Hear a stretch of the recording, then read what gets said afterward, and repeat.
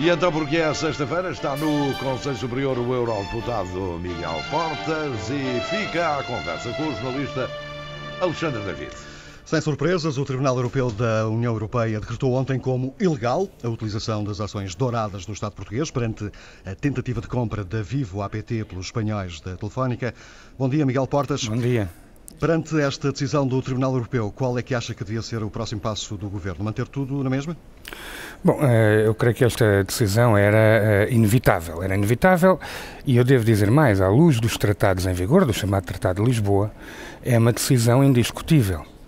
Porque o erro não foi do Estado português, a não ser quando subscreveu um Tratado de Lisboa que estabelece a superioridade da liberdade de circulação de capitais sobre outro tipo de valores, como, por exemplo, o da defesa de setores estratégicos das economias ao nível dos Estados-membros.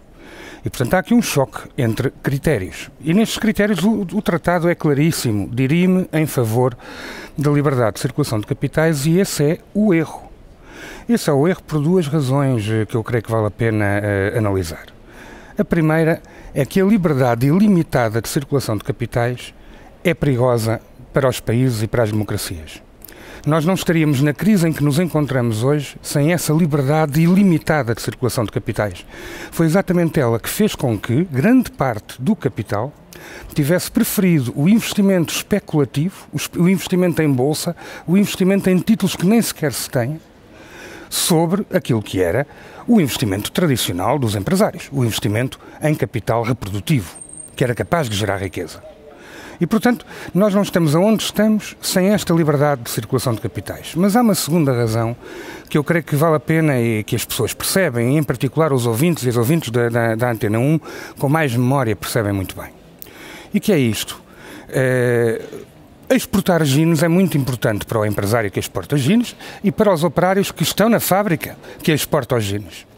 Mas entre jeans e energia, por exemplo, há uma diferença, ou entre jeans e comunicação, que é um serviço hoje em dia essencial.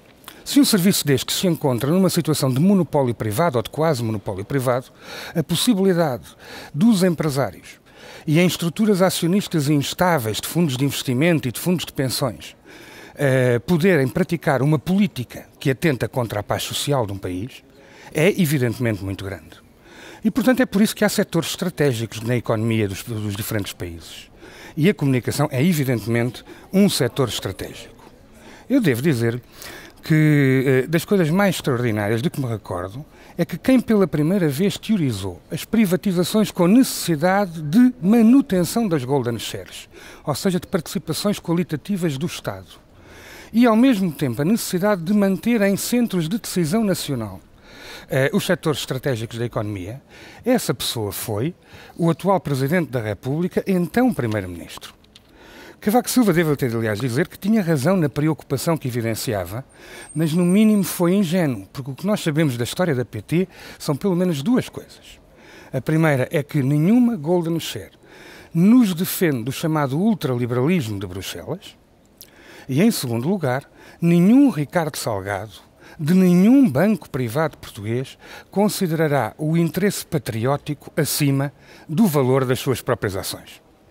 E, portanto, só há uma maneira de defender o interesse nacional em setores estratégicos da economia, mantendo as empresas estratégicas desses setores estratégicos com maioria de capitais públicos.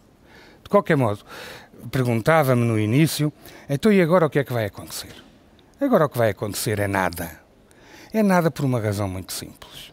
Porque enquanto países como a Alemanha, a França e a Espanha tiverem golden shares condenadas pelo Tribunal de Justiça Europeu, pelo Tribunal Europeu de Justiça, e nada lhes acontecer, é absolutamente certo que enquanto os grandes puderem estar fora da lei, os pequenos também podem. Porque essa é a verdadeira lei não escrita de Bruxelas. As coisas são para valer até certo ponto, mas quando toca nos grandes, nunca vale a sério. Mas há outras consequências que se podem tirar daqui. José Sócrates atirou-se a Durão Barroso. Sinceramente. Porque ele foi muito ultraliberal, digamos assim. José Sócrates é a pessoa com menos autoridade para poder falar de ultraliberalismo. É um bocado como aquela anedota em que o rei da selva resolveu proibir as bocas grandes e então o hipopótamo diz, coitadinho do crocodilo. Porque, como é evidente, todas as próximas privatizações de José Sócrates não envolvem golden shares. José Sócrates não tem nenhuma autoridade para falar nesta matéria, a não ser uma que já sabemos. É que quando ele fala para a esquerda, é porque se está a preparar para dançar com a direita o próximo tango. E dito isto, eu só deixava ao leitor uma interrogação. Das coisas que sempre me surpreendeu muito, desde que estou aqui por Bruxelas, era a pergunta, mas então não é bom termos, como Presidente da Comissão Europeia, um português? Não pode um português defender-nos de alguma maneira melhor do que se for outro? Eu creio que esta história da PT ilustra bem como Durão Barroso, entre a liberdade de circulação de capitais e a defesa do interesse nacional, nunca hesitou por um segundo que fosse. Porque esta também é a lei de Bruxelas. As reflexões de Miguel Portas.